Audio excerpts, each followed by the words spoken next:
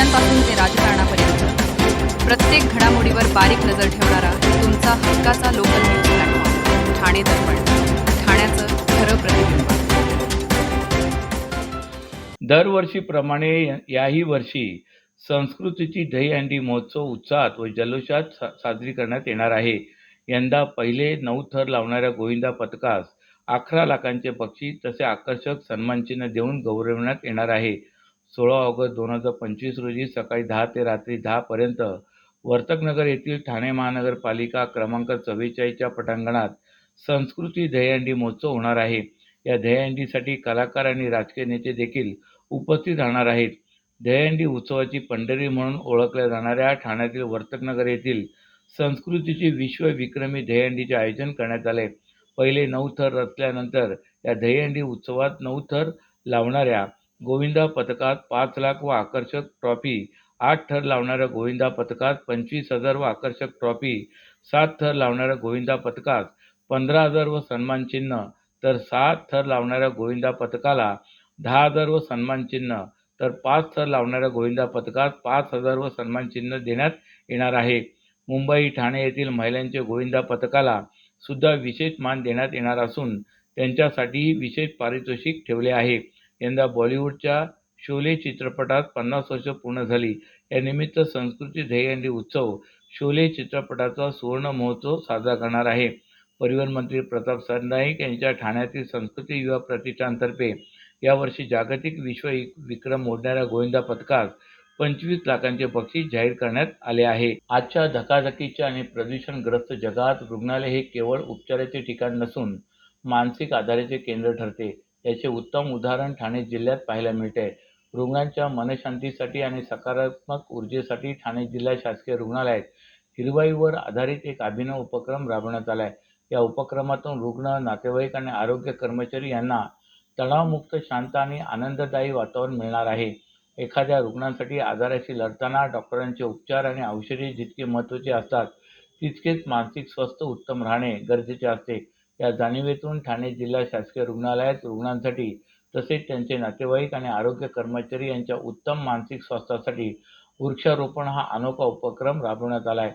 सामाजिक वनीकरण विभागाच्या सहकार्याने ठाणे जिल्हा शासकीय रुग्णालयाच्या आवारात फळझाडे आणि स्थानिक वृक्षांची लागवड करण्यात आली. आंबा, जांभूळ, चिकू यासारखी फळझाडे आणि वड, पिंपळ, नीम यासारखे स्थानिक वृक्ष भविष्यात रुग्णालय परिसरात सावली, शुद्ध हवा आणि ताजेतवानेपणा श्वास घेऊन येथील रुग्णांचे जिल्हा शल्यचिकित्सक डॉ. कैलास पवार आणि अतिरिक्त जिल्हा शल्यचिकित्सक डॉ. धीरज मांगडे यांच्यासह या उपक्रमात रुग्णालयातील डॉक्टर, परिचारिका, रुग्णसेवक तसेच उपचारासाठी आलेले काही रुग्ण आणि त्यांच्या नातेवाईकांनीही उत्साहाने सहभाग घेतला. रोपे लावताना सर्वांच्या चेहऱ्यावर उमटलेले हास्य आणि डोळ्यात समाधानाची चमक होती. ठाण्यातील अनधिकृत बांधकामांची संख्या दिवसेंदिवस वाढत आहे. पावसाळी अधिवेशनातही ठाण्यातील बेकायदा बांधकामांच्या विषयावर जोरदार चर्चा झाली होती. तसेच न्यायालयाने देखील फटकारले होते. तरीही ठाणे महापालिका क्षेत्रात अनधिकृत बांधकामांवरील दंड माफ करण्याचा निर्णय नगरविकास विभागाने घेतला आहे. या निर्णयामुळे ठाणे महानगरपालिकेला 200 कोटी रुपयांहून अधिक आर्थिक नुकसान होणार आहे. महापालिका निवडणुकीच्या तोंडावर सरकारने अनधिकृत बांधकामाला संरक्षण दिल्याचे बोलले जाते.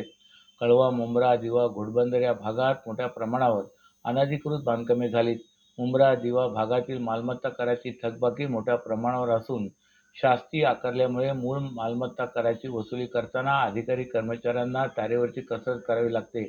कळवा आणि दिवा येथील अनेक इमारतींचा मालमत्ता कर थकलेला असून या भागातील लोकप्रतिनिधी हे शिंदे गटाचे असून त्यांचा येथे प्रभाव असल्याने हा निर्णय घेतल्याची चर्चा सुरू झाली.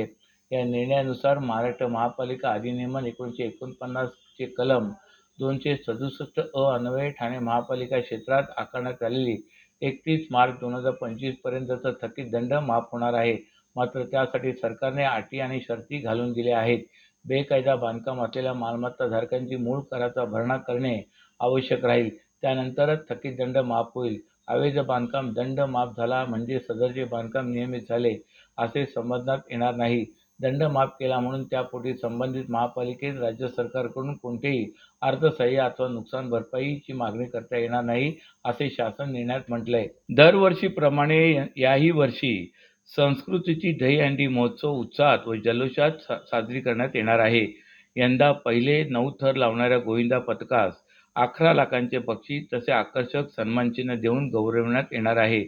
16 ऑगस्ट 2025 रोजी सकाळी 10 ते रात्री 10 पर्यंत वर्तकनगर येथील ठाणे महानगरपालिका क्रमांक 44च्या पटांगणात संस्कृती दहीहंडी महोत्सव होणार आहे. या दहीहंडीसाठी कलाकार आणि राजकीय नेते देखील उपस्थित राहणार आहेत. दहीहंडी उत्सवाची पंढरी म्हणून ओळखल्या जाणाऱ्या ठाण्यातील वर्तकनगर येथील संस्कृतीची विश्वविक्रमी दहीहंडीचे आयोजन करण्यात आले.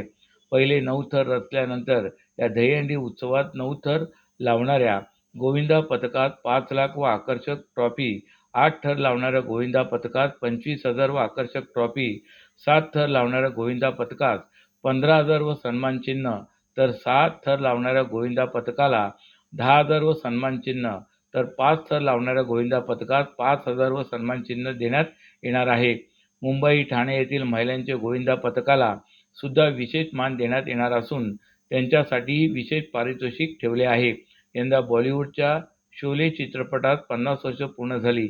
या निमित्त संस्कृती दहीहंडी उत्सव शोले चित्रपटाचा सुवर्ण महोत्सव साजरा करणार आहे. परिवहन मंत्री प्रताप सरनाईक यांच्या ठाण्यातील संस्कृती युवा प्रतिष्ठानतर्फे यावर्षी जागतिक विश्वविक्रम मोडणाऱ्या गोविंदा पथकास 25 लाखांचे बक्षीस जाहीर करण्यात आले आहे. माननीय मुंबई उच्च न्यायालय यांच्या आदेशाने तसेच माननीय प्रमुख जिल्हा सत्र न्यायाधीश श्री अग्रवाल साहेब यांच्या आदेशाने आपण दिनांक 13 सप्टेंबर 2025ला राष्ट्रीय लोक अदालतचे आयोजन केलेले आहे आपल्या संपूर्ण जिल्ह्यामध्ये. या राष्ट्रीय लोक अदालतमध्ये दाखलपूर्व आणि प्रलंबित अशी दोन्ही प्रकरणे आपण ठेवणार आहोत. दाखलपूर्व प्रकरणामध्ये धनादेश अनादर प्रकरणे, बँकेचे कर्ज वसुली प्रकरणे, विद्युत आणि पाणी देयक आणि इतर तडजोडी योग्य प्रकरणे हे प्रकरण ठेवणार आहोत. आणि जी दाखल प्रकरणे आहेत, प्रलंबित प्रकरणे, याच्यामध्ये मोटर वाहन नुकसान भरपाई प्रकरणे, वैवाहिक वाद, कामगाराचे प्रश्न, भूसंपादन प्रकरणे, विद्युत आणि पाणी देयक, महसूल प्रकरणे, मनाई हुकमाचे दावे आणि इतर जे तडजोडी योग्य जे दिवाणी आणि फौजदारी प्रकरणे आहेत ते प्रकरणे आपण याच्यामध्ये ठेवणार आहोत. तर लोक अदालतचा फायदा हा आहे की याच्यामध्ये आपला वेळ वाचतो, त्वरित न्याय मिळतो, दोन्ही पक्षांच्या संमतीने निर्णय होतो, त्यामुळे त्याच्यामध्ये अपील होण्याची शक्यता नसते आणि दोघांनाही विन विन सिच्युएशन असते, म्हणजे कुणाचाही हार आणि जीत होत नाही. तर त्याच्यामध्ये त्यांना दोन्ही पार्टींना विजय होतो, त्यांना त्यांच्या मताप्रमाणे त्याच्यामध्ये निकाल करून घेता येतो आणि त्यामुळे दोन्ही पक्ष जे आहे ते आनंदी असतात आणि लोकांचा वेळ वाचतो. विनाकारण न्यायालयामध्ये चक्रा मारून 5-5, 10-10 वर्ष निकालसाठी थांबणं आणि ते पुन्हा त्याच्यामध्ये अपील मध्ये पुन्हा वेळ जातो. तर हे सर्व वेळ वाचवण्यासाठी आपण हे सर्व प्रकरणे राष्ट्रीय लोक अदालतमध्ये आपण ठेवत आहे. स्वातंत्र्य दिनाच्या पार्श्वभूमीवर देशभर सुरू असलेल्या घरोघरी तिरंगा 2025 या अभियानाअंतर्गत ठाणे महापालिका मुख्यालय येथे तिरंगा प्रतिज्ञा, स्वाक्षरी फलक आणि तिरंगा सेल्फी स्टँड उभारण्यात आला आहे. या दोन्हीचे उद्घाटन काल सकाळी ठाणे महापालिका आयुक्त सौरभ राव यांनी स्वाक्षरी करून तसेच छायाचित्र काढून केले. जिल्हा परिषदेचे मुख्य कार्यकारी अधिकारी रोहन घुगे, महापालिकेचे अतिरिक्त आयुक्त संदीप माळवी आणि अतिरिक्त आयुक्त प्रशांत रोडे यांनीही या तिरंगा प्रतिज्ञा स्वाक्षरी फलकावर स्वाक्षरी केले. घरोघरी तिरंगा 2025 या अभियानात ठाणे महापालिकेतर्फे 15 ऑगस्टपर्यंत विविध उपक्रमांचे आयोजन करण्यात आले. मॅरेथॉन स्पर्धेत तिरंगा प्रतिज्ञाही घेण्यात आली होती. तर स्वच्छता अभियान, महापालिका शाळांतील विविध कार्यक्रम, सांस्कृतिक कार्यक्रम यांचंही आयोजन करण्यात येत असल्याची माहिती यावेळी महापालिका आयुक्त सौरभ राव यांनी दिली. महापालिका मुख्यालयातील तळमजल्यावर तिरंगा प्रतिज्ञा स्वाक्षरी फलक आणि तिरंगा सेल्फी स्टँड उभारण्यात आला आहे. तिथे सहाय्यक संचालक नगररचना संग्राम कानडे, मुख्य लेखा व वित्त अधिकारी दिलीप सूर्यवंशी, उपायुक्त जी गोदेपुरे, मनीष जोशी, उमेश बिरारी यांनीही तिरंगा फलकावर स्वाक्षरी केले. अशाच नव्या आणि ताज्या बातम्यांसाठी ठाणे दर्पणच्या पेजला लाईक करा आणि फॉलो करायला विसरू नका.